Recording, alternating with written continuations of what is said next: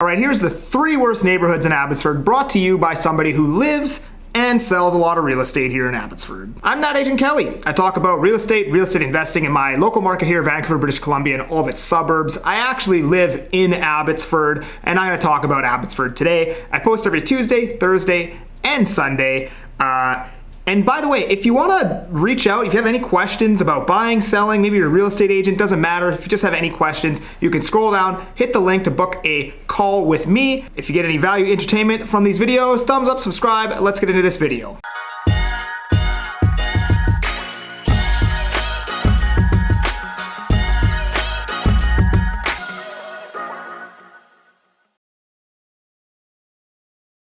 Alright, so the 3rd worst neighborhood to live in Abbotsford. This is my opinion, this is not objective, but this is, in my opinion, the 3rd worst place to live, and it's going to be West Clearbrook. Located in between Clearbrook and Mount Lehman, this is technically West Abbotsford. It has a livability score of 74, and by the way, the average across all British Columbia is 63, so comparative to the rest of BC, this is still a great place to live. But we are just talking about specifically Abbotsford today, and these are the 3 worst places that I think you can live in Abbotsford, but still comparatively great places to live. So the crime rate here is 14% above the Canadian average. Now, although the crime rate here is 14% above the Canadian average, Abbotsford doesn't actually have a lot of violent crime. On the crime rate index, it scores a 51 out of 100, which is pretty good for violent crime.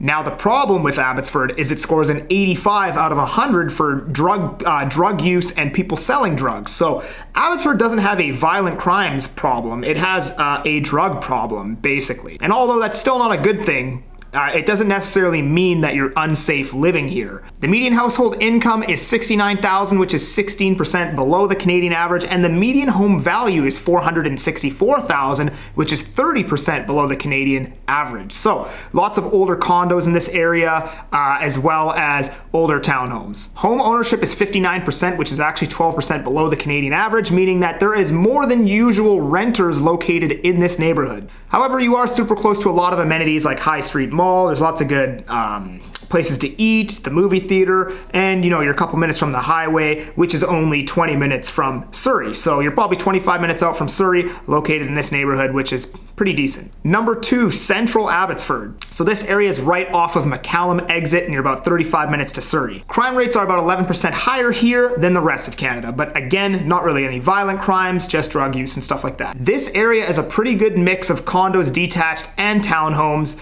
and a good mix of ages within those condos and townhomes and detached homes, both new and old. So I actually live in this area, and I can tell you that it's not the best area. Like, I grew up in Surrey, I lived there for 21 years, I lived everywhere in Surrey. I lived in Guildford, I lived in Tynehead, I lived in Fleetwood, I lived in Clayton Heights, I went to school in North Surrey, I went to school in Sullivan Heights. I've been everywhere in Surrey, and I can tell you that this neighborhood that I'm living in right now is definitely worse than any neighborhood that I've lived in or hung out in Surrey, except for maybe Whalley 7 years ago. Maybe even Whalley today. I don't know. Either way, what I can tell you is that in this neighborhood, there is a ton of homelessness and also people using and selling drugs, and there's a tent city just down the road from my house. I wouldn't say just down the road, but maybe 5 minutes down the road. People throwing garbage and stuff everywhere. So I mean, it's not the best, but again, it does score a 77 out of 100 on the livability index, so it's still comparatively a great place to live. And I can tell you, I do like how central it is. I mean, everything that I need on a daily basis, I can drive there within 6 or 7 minutes. My office, the gym, the grocery store, the highway is like literally 2 minutes away, food, restaurant, everything is within a 7-minute drive. So it's not that bad in that regard.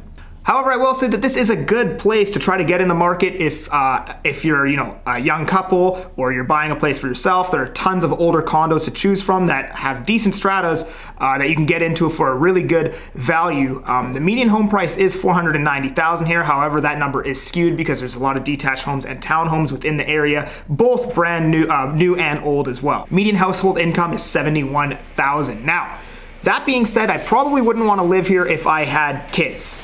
This is mainly an area if you're, a single and you're a first-time home buyer, or, just you're a young couple and you want to get into your first place, I would say. And the worst place in Abbotsford, in my opinion, Clearbrook Center. Livability score of 75 out of 100, which is still really good in the grand scheme of things, but it's comparatively one of the lowest scores in Abbotsford.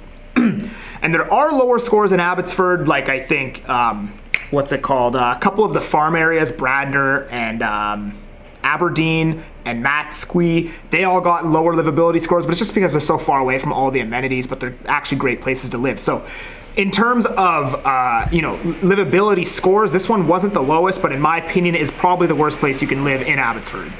Crime rates are 31% higher here than the average all across Canada. Tons of homelessness and drug use in this area, and the odd tent city thrown up here and there. This area is comprised of mostly older condos, 1990s, 1980s, a lot of age-restricted condos. There's even a couple towers. A few of those are age-restricted, I believe.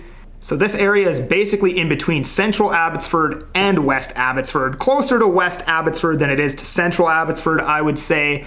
And even though you're pretty centrally located in this area, there isn't much to do right within this area. You're very close to other neighborhoods that have stuff to do, like the High Street Mall, and I guess you have Seven Oaks Mall, but is that really Clearbrook?